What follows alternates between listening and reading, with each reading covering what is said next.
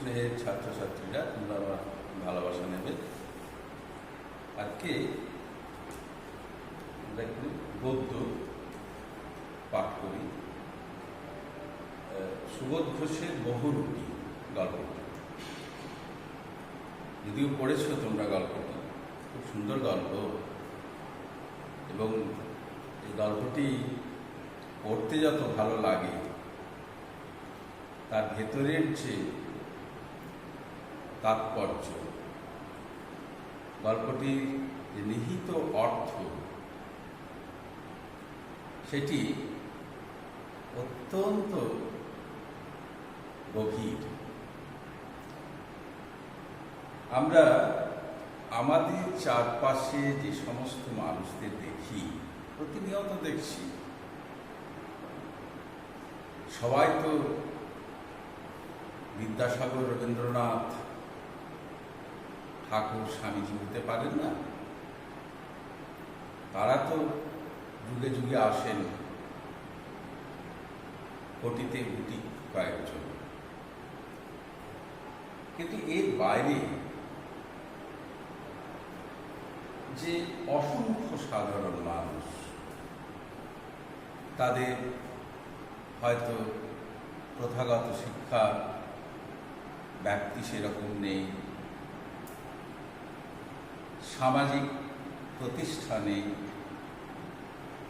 সামাজিক প্রতিষ্ঠা মানে সমাজের গণ্যমান্য হয়তো তাঁরা নন, অর্থনৈতিকভাবেও হয়তো তারা অনেকটাই পিছিয়ে পড়া। কিন্তু এই সুবোধ ঘোষ এই গল্পটিতে দেখালেন যে আগের যে কথাগুলি বলা হল, যে অর্থনৈতিকভাবে পিছিয়ে পড়া, সামাজিকভাবে পিছিয়ে পড়া, শিক্ষাগত যোগ্যতার দিক থেকে অনেকটাই পিছনে, কিন্তু তাদের মধ্যেও যে মনুষ্যত্ব বোধ, অর্থাৎ যে গুণগুলি থাকলে একজন মানুষকে আমরা প্রকৃত মানুষ বলতে পারি, সেগুলি কিন্তু তাদের মধ্যে বর্তমান থাকে।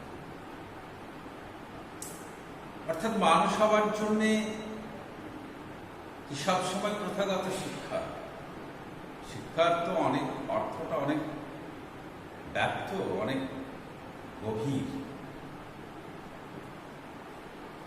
শিক্ষাগত যোগ্যতা, অর্থনৈতিকভাবে সমৃদ্ধিশালী বা সামাজিক প্রতিষ্ঠার দিক থেকে অনেকটাই এগিয়ে যাওয়া,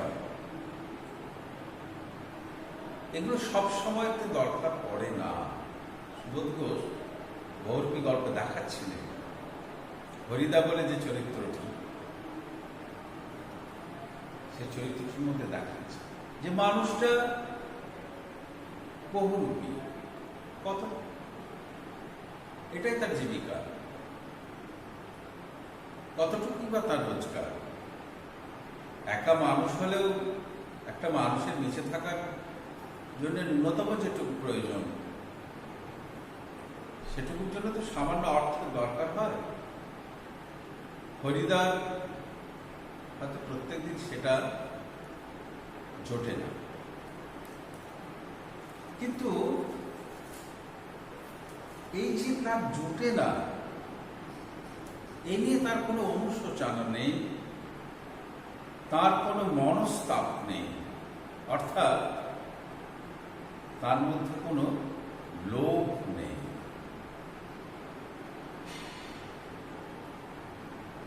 আপাতভাবে একজন সাধারণ বহুরূপী, কিন্তু জগদীশ বাবুর সাথে তার যে কথাগুলি হচ্ছে, গল্পটি পড়তে পড়তে আমরা দেখতে পাব এগুলি চূড়ান্ত দার্শনিক কথাবার্তা। এবং হরিদা কিভাবে জানলেন ওই যে বোধ, জীবন তাকে শিখিয়েছে। শিক্ষার এটা তো একটা অন্যতম শর্ত, যে জীবন থেকে আমাদেরকে শিখতে হবে।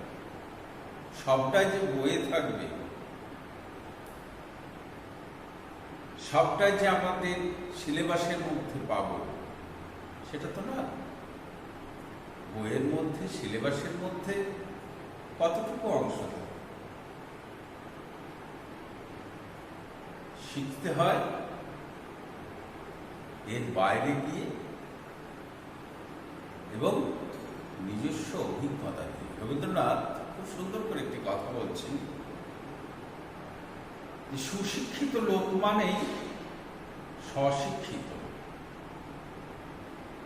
কথাটি গভীরভাবে ভাবা। সুশিক্ষিত লোক মানেই স্বশিক্ষিত। স্বামীজি বলছেন না, যে একজন শিক্ষক কি করতে পারেন? কাউকে কিচ্ছু শেখানো যায় না, তাকে পথটা দেখিয়ে দেওয়া যায়, বাকিটুকু নিজেকে করতে হবে। হরিদার জীবনেও আমরা সেটা দেখি,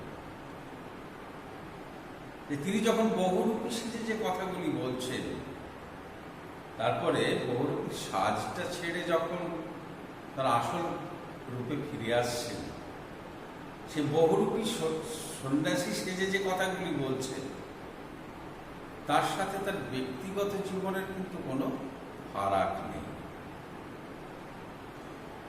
বহুরূপী গল্পের এটাই মূল কথা। আমাদের অধিকাংশ মানুষেরই কিন্তু কথা এবং কাজের মধ্যে অনেক সময়ই কোনো মিল থাকে না। আর সুবোধ ঘোষের, তোমরা যখন বড় হয়ে সুবোধ ঘোষের আরো লেখা পড়বে, তাঁর উপন্যাস আছে, আরো ছোট গল্প আছে, সাংঘাতিক সমস্ত ছোট গল্প। সুবোধ ঘোষের মূল লেখার মূল তাৎপর্যটা এটা, যে তিনি মানুষের ভেতরকার আসল মানুষটাকে টেনে বার করছেন তার লেখার মধ্যে।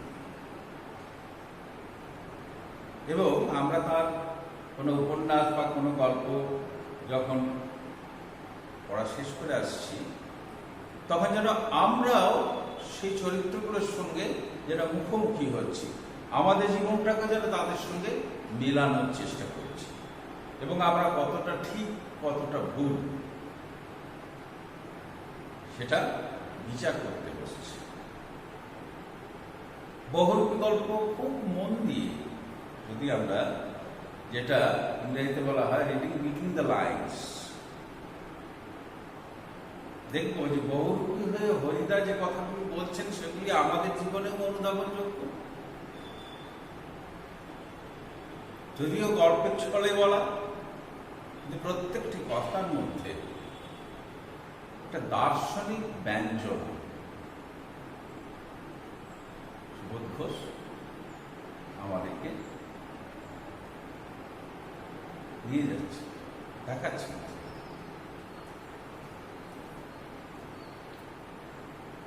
হরিদার কাছে আমরাই গল্প করে বললাম, শুনেছেন হরিদা কি কাণ্ড হয়েছে? উনানের মুখে ফুঁ দিয়ে আর অনেক ধোঁয়া উড়িয়ে নিয়ে হরিদা এইবার আমাদের কথার জবাব দিলেন, না কিছুই শুনিনি। জগদীশ বাবু যে কি কাণ্ড করেছেন শোনেননি হরিদা? হরিদা, না রে ভাই, বড় মানুষের কাণ্ডের খবর আমি কেমন করে শুনব? আমাকে বলবেই বা কে? 7 দিন হলো এক সন্ন্যাসী এসে জগদীশ বাবুর বাড়িতে ছিলেন। বহু উঁচু দরের সন্ন্যাসী, হিমালয়ের গুহাতে থাকেন, সারা বছরে শুধু একটি হরিদধি খান, এছাড়া কিছুই খান না। সন্ন্যাসীর বয়সও 1000 বছরের বেশি বলে অনেকেই মনে করেন। হরিদা, সন্ন্যাসী কি এখনো আছেন? না, চলে গিয়েছেন। আক্ষেপ করেন হরিদা, থাকলে একবার গিয়ে পায়ের ধুলো নিতাম। তা পেতেন না হরিদা, সে ভয়ানক দুর্লভ জিনিস। শুধু ওই একা জগদীশবাবু ছাড়া আর কাউকে পায়ের ধুলো নিতে দেননি সন্ন্যাসী। হরিদা, কেন? জগদীশবাবু একজোড়া কাঠের খড়মে সোনার বোল লাগিয়ে সন্ন্যাসীর পায়ের কাছে ধরলেন। তখন বাধ্য হয়ে সন্ন্যাসী পা এগিয়ে দিলেন, নতুন খড়ম পড়লেন, আর সেই ফাঁকে জগদীশবাবু পায়ের ধুলো নিয়েছিলেন। হরিদা, বাহ, এ তো বেশ মজার ব্যাপার। হ্যাঁ, তাছাড়া সন্ন্যাসীকে বিদায় দেওয়ার সময় জগদীশবাবু 100 টাকার একটা নোট জোর করে সন্ন্যাসীর ঝোলার ভেতরে ফেলে দিলেন। সন্ন্যাসী হাসলেন আর চলে গেলেন। গল্প শুনে খুব গম্ভীর হয়ে গেলেন হরিদা। অনেকক্ষণ চুপ করে রইলেন। আমরা কি বলছি বা না বলছি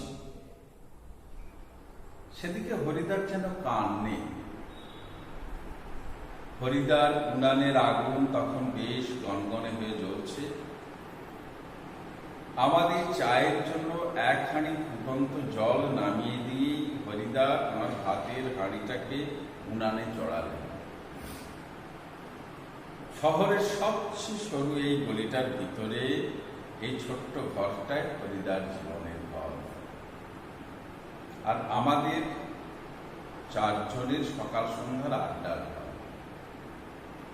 চা, চিনি আর দুধ আমরাই নিয়ে আসি। হরিদা শুধু তার উনানের আগুনের আঁচে জল ফুটিয়ে দেন। খুবই গরিব মানুষ হরিদা, কিন্তু কাজ করতে হরিদার প্রাণের মধ্যে যেন একটা বাধা আছে। ইচ্ছে করলে কোনো অফিসের কাজ কিংবা কোনো দোকানের বিক্রিওয়ালার কাজ পেয়ে যেতে পারেন হরিদা, কিন্তু ওই ধরনের কাজ হরিদার জীবনের পছন্দই নয়। একেবারে ঘড়ির কাঁটার সামনে সময় বেঁধে দিয়ে আর নিয়ম করে নিয়ে রোজই একটা চাকরির কাজ করে যাওয়া হরিদার পক্ষে সম্ভব নয়। হরিদার উনানের হাঁড়িতে অনেক সময় শুধু জল ফোটে, ভাত ফোটে না। এই একঘেয়ে অভাবটাকে সহ্য করতে হরিদার আপত্তি নেই, কিন্তু একঘেয়ে কাজ করতে ভয়ানক আপত্তি। এই অংশটা ওর একটু অদ্ভুত লাগতে পারে যে এই কেমন মানুষ হরিদা। আমরা তো জানি মানুষকে কাজ করতে হয়, জীবিকার প্রয়োজনে তাকে বেরোতে হয়। মানুষ চলবে কি করে, মানুষ জীবন ধারণ করবে কি করে? কিন্তু তোমরা এখন ছোট, যত বড় হবে দেখবে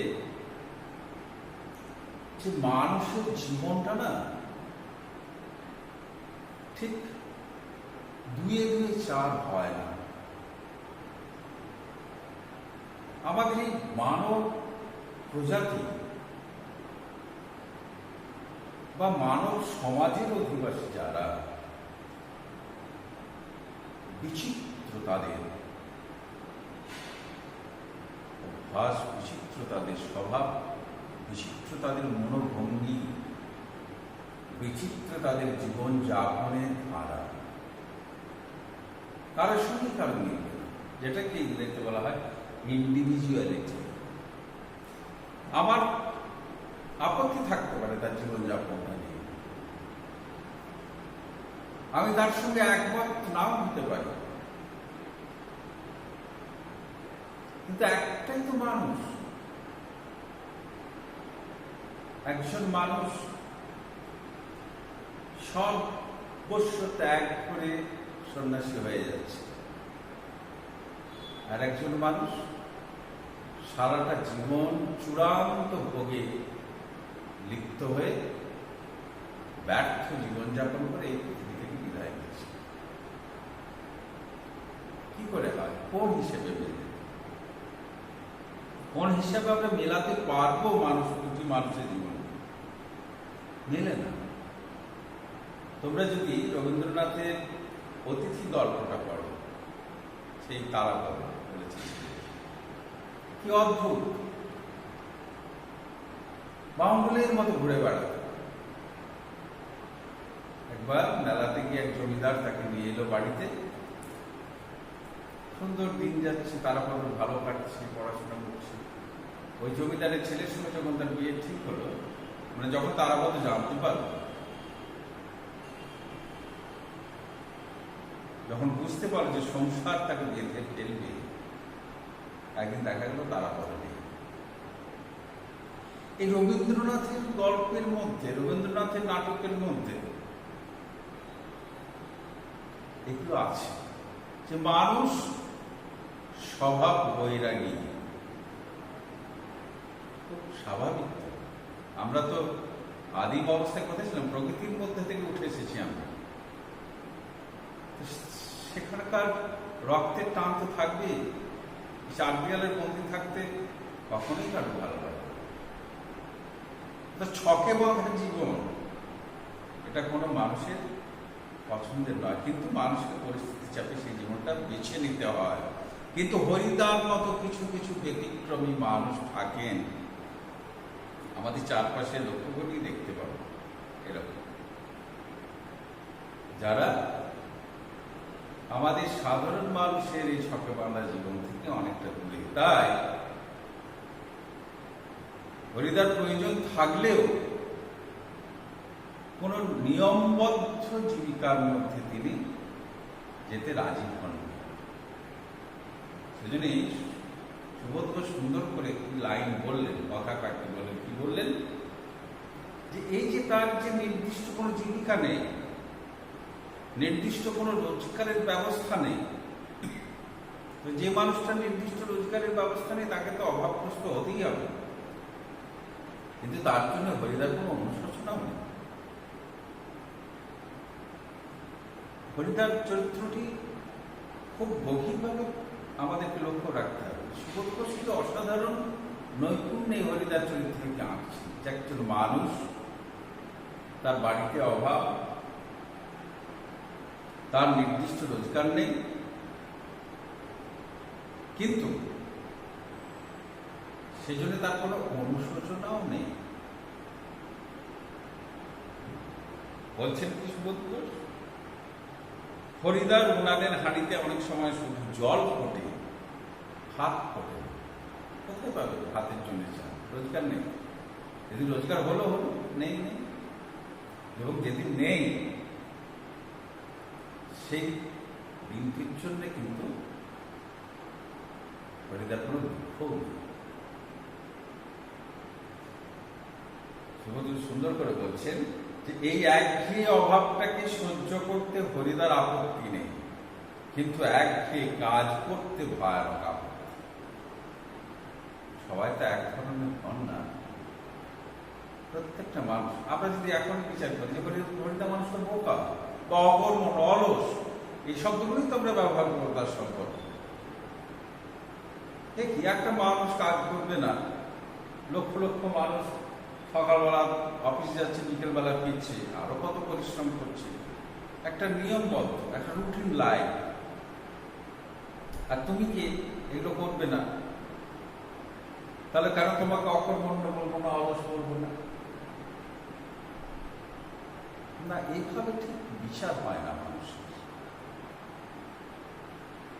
আমরা অনেক মানুষের জীবনে, তোমরা যদি যখন বড়ভাবে দেখবে, বড় বড় মানুষের জীবনে যদি পড়ো, দেখি সাংঘাতিক। তারা আমাদের দৃষ্টিতে তারা কত অর্থ, বৈভব, যশ, সামাজিক সম্মান পেতে পারত, সব এক কথায় ছেড়ে দিয়েছে। তাদের কাছে সেগুলোর কোনো মূল্যই নেই। আমাদের কাছে মূল্য থাকতে পারে, তাদের কাছে তেমন মূল্য নেই। ফরিদাও সেরকম একজন মানুষ।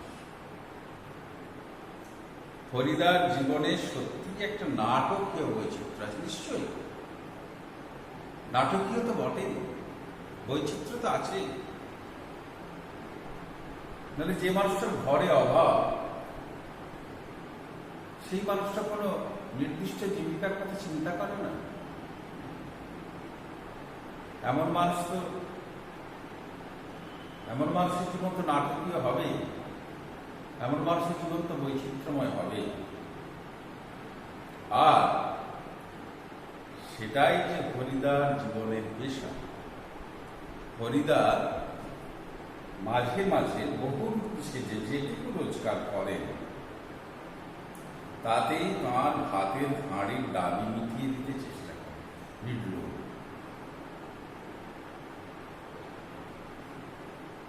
যতটুকু অল্প সন্তুষ্ট। রবীন্দ্রনাথের গুপ্তধন বলে একটা গল্প আছে, সেখানে রবীন্দ্রনাথ কবি, খুব সুন্দর গল্প। গুপ্তধন গল্প বলছে অল্প সন্তুষ্ট হওয়া, কখনো বেশি চাইতে যাবে না। বেশি চাইতে গেলেই তোমার জীবনে সমস্যা হবে। এখানে ফরিদার জীবনটা কি, যতটুকু রোজগার করে ততটুকুতেই তিনি মাঝে মাঝে সত্যি উপোস করেন ফরিদা। না খেতে ঠিক আছে,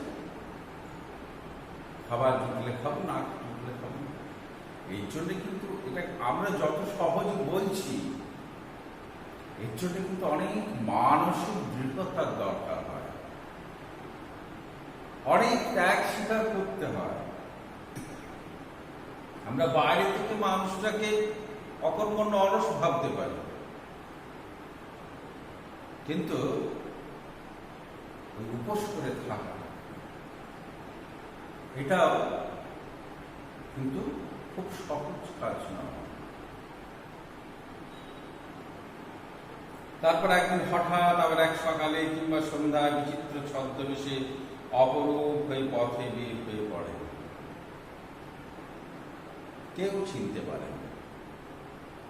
যারা চিনতে পারে এক আনা দু আনা বকশিস দেয়, যারা চিনতে পারে না তারা হয় কিছুই দেয় না, কিংবা বিরক্ত হয়ে দুটো একটা পয়সা দিয়ে দেয়।